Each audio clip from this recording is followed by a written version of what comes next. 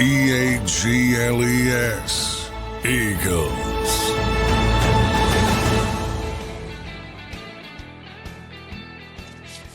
And welcome in, everybody, to a Monday morning edition of Birds 365 here on JAKIB Sports. I'm your host, Xander Krause. That's my co-host, John McMullen. Another week of content coming for you here on the channel, fresh off preseason game number 2. Joint practices last week versus the Patriots, and getting ready to go to the final stretch of Eagles training camp.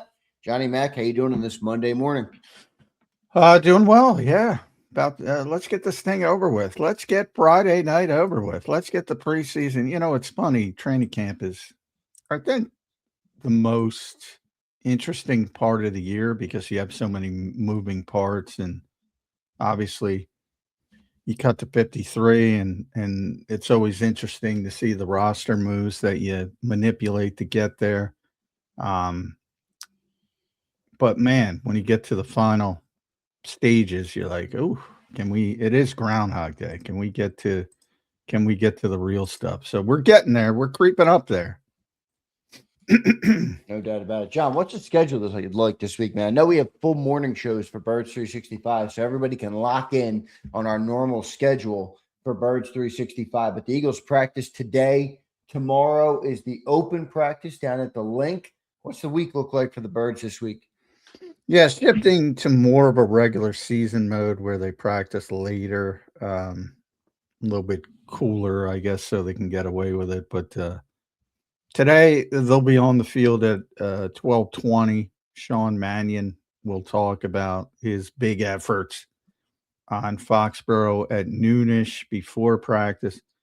Tomorrow, the Lincoln Financial Field open practice is at 6 o'clock, 6 at night. So that's the one time the fans get to see them here.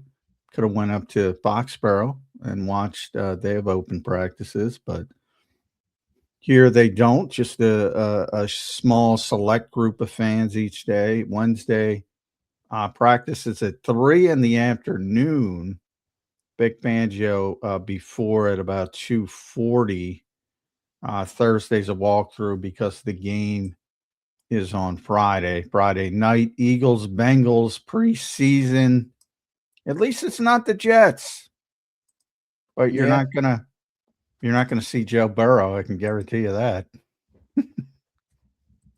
Yeah, well, we'll see, Johnny Mac. That's this week. So we got is this the final week then? Like, what does next week look like? There's no training camp next week, or is it just closed off to the media? No, it will be open to the media, but only, the regular season mode, first 15, 20 minutes, depending on the day. So you don't get to watch. We don't get to watch the whole practice. So that's another reason August is fun. You get to watch the whole practice. That's probably the biggest reason because the NFL is taking that route. Way back you could watch practice, but in the regular season, but that was those days are long gone. Gone. They are. Yeah, they are. So that'll be next week. So the final week, everybody, here at Eagles training camp, open practice tomorrow night. Anybody in the chat going down for open practice, let me know. It's at Lincoln Financial Field, 6 p.m. tomorrow night. John, fresh off of joint practice week last week and the Patriots preseason game, let's just start it off on a Monday. Your quick recap of what went on over the weekend and last week. Obviously, one of the more important weeks of training camp of the summer is the joint practice week, and what they got done with the Patriots last week. Then it closed out with the preseason game. What'd you make of it in hindsight now and in totality for the Eagles week with the Patriots? Yeah, we're going to have Caden, our buddy Caden Steele. He was up there, so we'll get some good intel from him at 9:20. The most striking thing that came out of it is the shift at the backup quarterback, because obviously the starters didn't play, and now everybody's firmly back in the camp of Tanner McKee. Interesting. I hear a lot of conspiracy theories. We'll talk about them. I'm not buying them because, the idea is you trade Andy Dalton. People Howie's the best GM. I start this out every way. Howie's the best GM in maybe sports, professional sports. I don't want to go to, soccer, high level soccer, because I'm not an expert, but certainly in the major North American sports, he might be the best GM. I think he's in the conversation at least. But people have gotten to the point where, again, it's overkill. It's like, oh, he traded a 7. He's going to flip it for a 4 or a 5. This was the plan the whole time. The plan was screwing up Tanner McKee the whole time, not getting second team reps. Give me a break. If he pulls it off, fine. But I mean, Tanner McKee looked like garbage for most of the summer and spring before the game in Foxborough, which has made everyone forgot that. That's not the plan. And plus, this is the final year of his contract. You're in the same situation. If he's forced to play, so I'm not buying that. I don't know if you're buying it. I'm not buying that. I don't think I'm buying it. I'm curious to see what they do with Tanner here, though. I mean, I think I saw Tim McManus, John, left him off as 53. Yeah, I mean, most people will put him on. That's bold of him. I would say he's going to be on. And I assume, a lot of people do them each week. I only do one before camp and one before the 53. I'm sure that can change within a week. But I'll tell you where Tim's been around long enough to realize that preseason games, people, all reps aren't created equal. I say it all the time. There's an old adage in the NFL: preseason lies. If you're looking, what is the difference? Because I get it, everybody's hyped up. Tanner McKee played well in the preseason game. Well, why isn't Carson Steele on your 53? Because that guy looked like a freaking superstar. Yeah, he did. Legit looked like a superstar, but everybody realizes, well, he's not really a superstar. They're not game planning. If he gets a couple of those flat throws early in the game, they'll adjust. They're not doing that really in the preseason. So it's funny how things shift at the quarterback position. So I'm guessing, and I haven't seen Tim's 53. I'm guessing if he left him off, that's his mentality. It's like and I wrote about this on SI. The entire time the Eagles have signaled that Andy Dalton has been the number 2 quarterback. And he started both games. He's gotten more opportunities in practice. He's gotten more work with the second team. And they've kind of hinted that he understands the system and yada yada yada, all this stuff. So Dalton looks shot to me. I'm far more comfortable with Tanner McKee as QB2 than Andy Dalton. Well, maybe he is, but then why? I don't know who. That's me personally. That's what I'm talking about. The organization as. Yeah, I don't know what they. The second team reps or the second team reps, and it seems like the idea that Howie's just trying to flip a 7 to a 5 in a way second team reps for Tanner McKee. I mean, you don't have to kowtow to these people at all fucking time. The hero worship drives me insane. Like, no, he thought, maybe this could work, and maybe it doesn't work, and maybe you pivot, and maybe that's what Howie does best. You pivot, and you make up for a potentially poor decision. But if he is washed, as your belief is, if he is washed, and Tanner McKee hasn't gotten any the second team reps that he should have gotten because you're trying to turn a 7 to a 5, that doesn't seem worth it to me. No, I agree with that part of it. I mean, I don't think I'm looking at it that way. I think I'm more looking at it as, you bring in Dalton and you get some work in with a veteran quarterback who maybe can help Tanner see some things differently. But when it comes to the game days in the regular season, I'd feel more comfortable with Tanner McKee as my quarterback too than Andy Dalton at this point. Now, maybe you're right about Dalton going and winning a football game, but I don't know, John. And I'm not a fan of the word washed. I think that's a harsh word, but I just don't think he has the capabilities anymore to play it at a high level. I think he processes faster than he can play. If that makes sense. I mean, Tanner McKee's been the backup quarterback. He was the backup quarterback last year.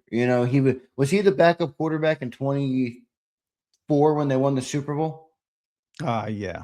Yeah. I mean, you win a Super Bowl with the guy as your backup. So it's not like, now, granted, he didn't have to play, but it's not like it's not like people have to overreact to it. Like, okay, if Tanner McKee's the backup quarterback, the Eagles are shit out of luck and they have no chance to compete. Like that's not what it is. But I'd feel more comfortable personally with him as the backup right now than Andy Dalton. Well, I don't have any problem with people who have that thought process. However, I would say the Eagles have, signaled the opposite. Yeah, I think that's for fair. most. Now, that doesn't mean you can't adjust. But I don't think they're adjusting, and this is where Tim's thought probably comes in. And I'll talk to him later today about it, hopefully. They believe in the process over one highlights. And I'm just looking at in the background while we're talking, I'm looking at clips of Tanner, which I talked about after the game. Like, look at all the flat throws. I'm gonna it's a good film account on X. It's called at NFL Performances. I just retweeted it, and it's about Carson Steele making a strong case for the Eagles roster. And I just talked about he was the star of the game. Look at all the flat throws. Look at how simple they were. Like, that's not, if you're like you said on postgame. I mean, if you did that versus Vic Fangio, he's gonna take that away. Well, if you do that against Mike Vrabel in the regular season, you might get him early in the game with it, but he's going to adjust. That's what makes the regular season difficult. So, if you're sitting there and you're the Eagles evaluating that performance, and Nick kind of poo-pooed it in postgame. If you read his comments, it was like, and he kind of harped on the fourth downs they didn't get, while noting overall he played well. But I think it's not finished. I'll say that, and I think the Eagles would still trade either of them. But I think it's more likely that somebody who would be looking for a quarterback at this stage would want the veteran who could learn the system quicker. So odds are, to me, that Dalton would be more likely to be traded. But I think they would move either of them at this point. And maybe they go out and get a whole new quarterback. Yeah, maybe. John, one thing too we got to correct here on the show that I just said wrong is Tanner McKee actually wasn't the backup quarterback for the Super Bowl team. It was Kenny Pickett. Oh yeah, Kenny. Yeah, forgot about Kenny.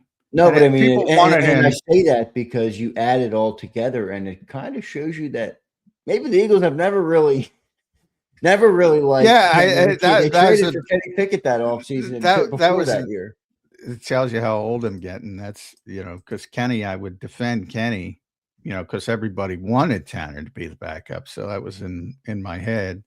And remember, Kenny got hurt late in the season. Really first got hurt and was playing through it. And in the game they lost at Washington, he came in and played well, but he got hurt. People wanted Tanner McKee to be the backup, and they were like, "Nah, well, we're good with Kenny." And by the way, it came out later when they traded Kenny Pickett. They wanted Kenny Pickett back. Kenny kind of forced his way out because he wanted a better opportunity to compete. Well, it makes sense. He was a first-round pick and just came from. Did he come from Pittsburgh, or did he go somewhere else before he got to Philly? No, he came from Pittsburgh, but At the time, I think we all thought, well, they're just paving the way for Tanner McKee.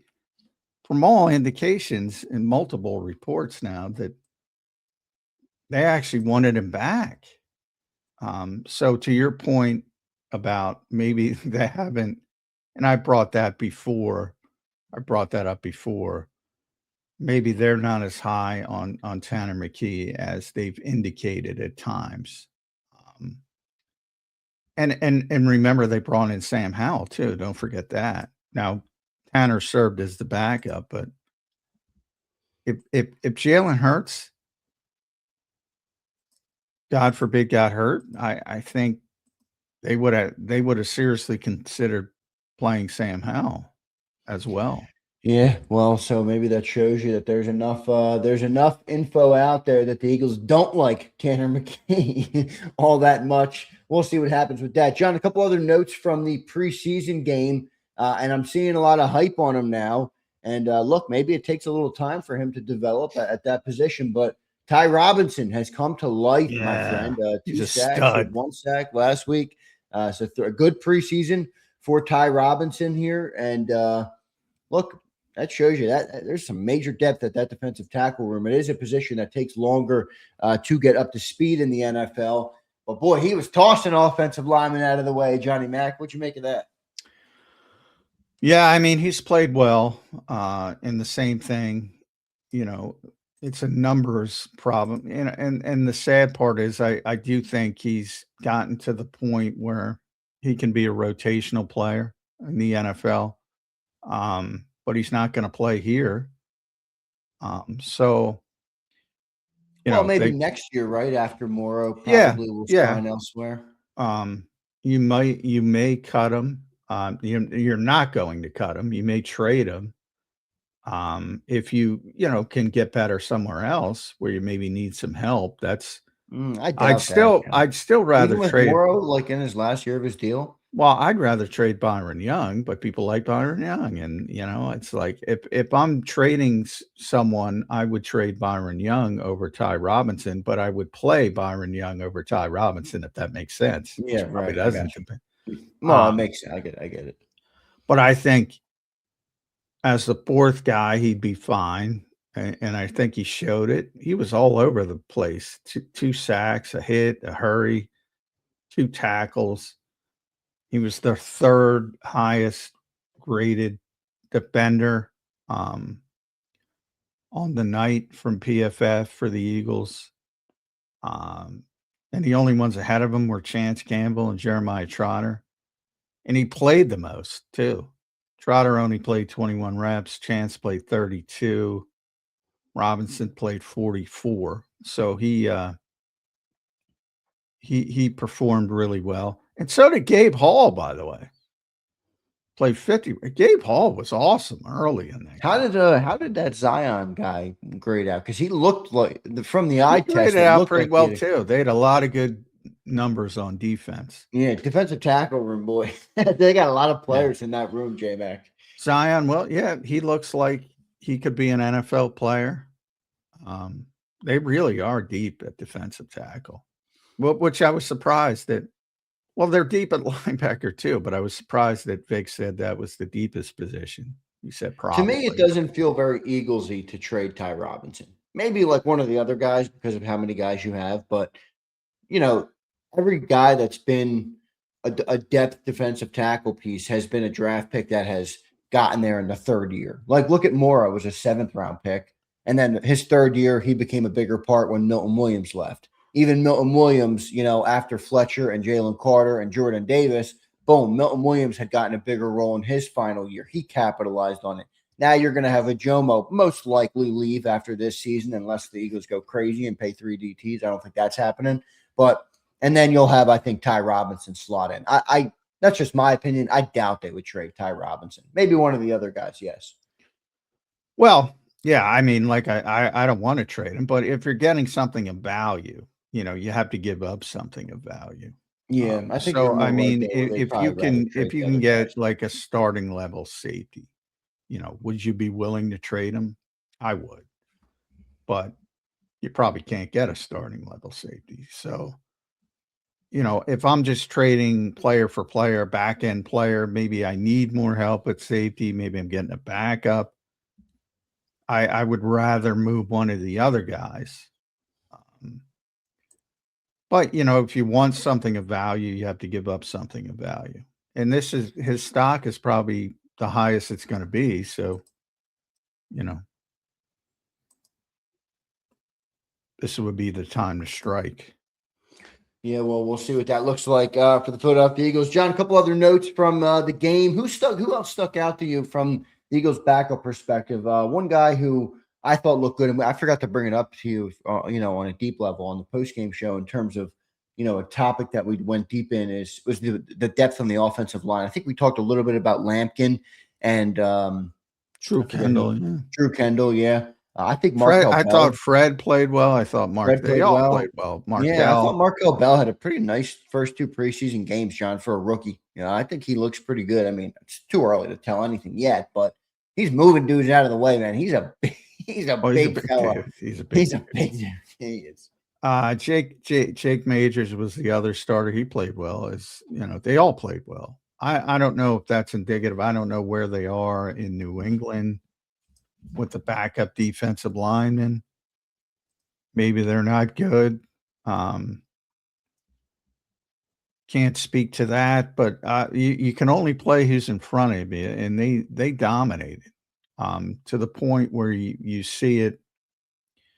If you look at the 2 worst BFF grades on defense for the Patriots were Jeremiah Farms, who's an end, and Isaiah Iton, who's a tackle, and Eric Gregory, nose tackle, played a lot. He had poor grades. So a bunch of their guys had poor grades, and if you flip it, the Eagles offensive linemen all had great grades. That's how it works. I mean, they just outplayed them. Willie was great. Drew was great. Markel Bell was great. Fred Johnson, Jake Majors was well above average, I would say.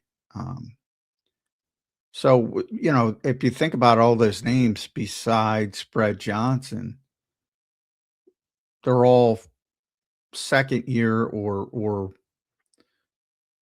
most of them are second year players, but have never played.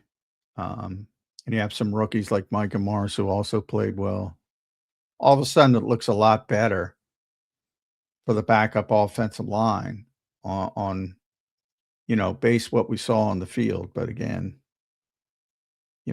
preseason will lie to you. It will lie to you. Preseason is like you got to be careful. Yeah, no doubt. No doubt. The first month of the season will lie to you, too. That's what Cilio calls. He calls September Liars Month now because there's not much work for the starters. So, it's a lot of up and down. All right, John, good stuff there on those guys in the preseason matchup. Anything else from that game this weekend? I thought overall, I think we hit most of it. Probably going to be interesting to see kind of what they do at receiver. Feels like Darius Cooper's probably going to get that 5th spot. Obviously, they made a move with Johnny Wilson this week. Feels like it's between Cooper and Moore. And I think on the postgame show, you said Darius Cooper was well in the driver's seat for that spot. So that's the update there. And then, Cooper's going to make the team, period. Yeah. Okay. It's a matter of, can you find another spot for Elijah Moore if you want to keep Elijah Moore? I thought a negative was they didn't let him have any punt return reps because they had been trying that in practice. He admitted he's not comfortable at it. He doesn't have a ton of experience, but that's how you can create value and maybe get him on the roster. And they didn't even give him an opportunity, which was a little surprise. They probably will in this 3rd preseason game, but I don't know how much that'll weigh into it. I wouldn't keep 6 receivers. They could, but I would only keep 5. And if it's 5, to me, it's locked in. And that's Devontae Smith, Dontavian Wicks, Mekhi Lemon, Hollywood Brown, Darius Cooper. To me, it's locked in, that top 5. Good stuff there, John. Another guy that Vic Fangio brought up was Kelee Ringo. Made some nice plays. Probably left a couple more out there. Again, kind of the story of Kelee Ringo. What did you see in his preseason game, and what do you think his fate is on the Eagles roster? Yeah, I think he's going to be here, barring a trade.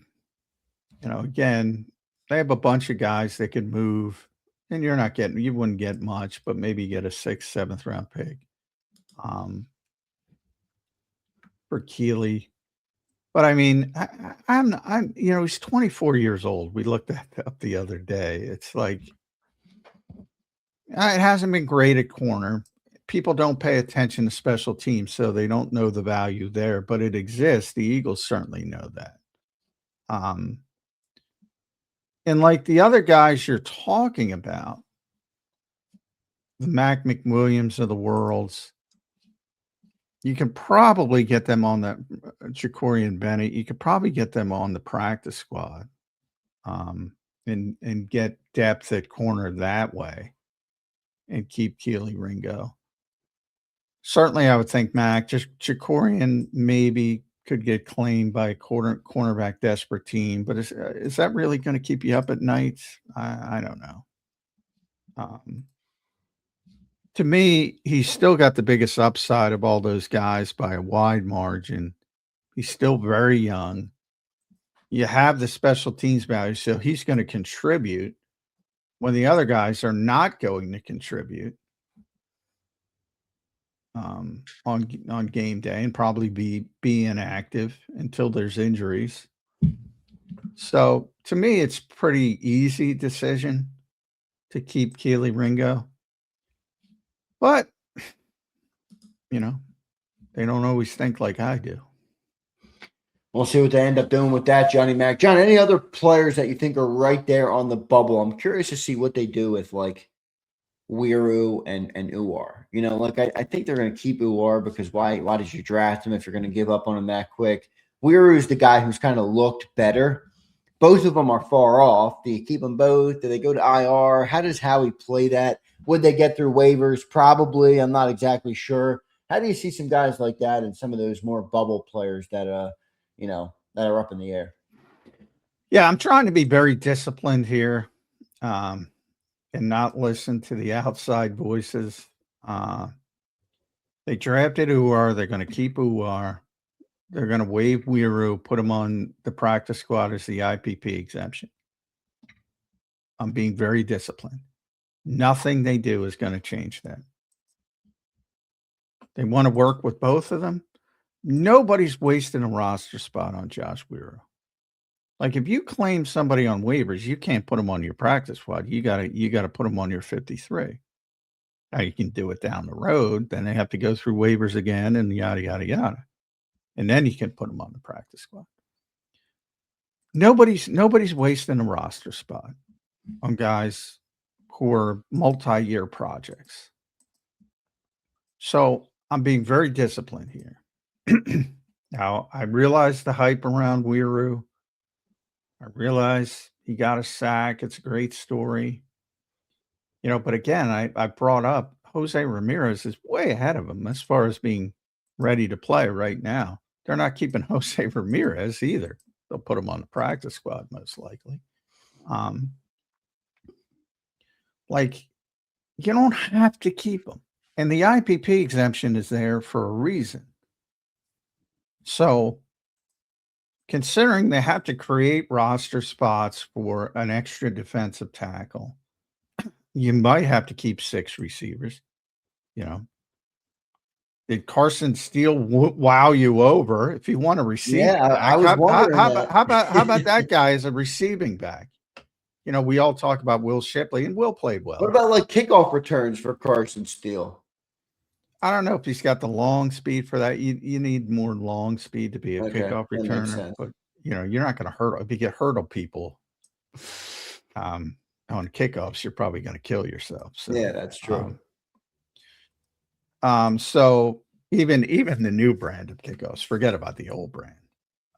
But he can catch the football, and I don't think Carson's going to make the team, but they'll try to get him back on the practice squad. Edge is another spot they have crazy good depth. Too. Yeah, exactly. I mean, they have five. Yeah, they got 5 deep with Epinesa and I mean, some guys got to go or not be on the 53, and the vast majority you'll be able to get back on the practice squad. But now I'm being very disciplined. You can keep throwing it at me, and I know everybody will. Well, you got a sack. He's so, Caden did a big thing about him. We'll talk to him about him. I'm sure he'll be in that camp. Oh, he showed so much. You got to keep him. No, you don't. No, you don't. No, you don't. Be disciplined. You need the spot. You need the spot. You'll get him on the practice squad. It won't be an issue. I assume Howie will be disciplined like that.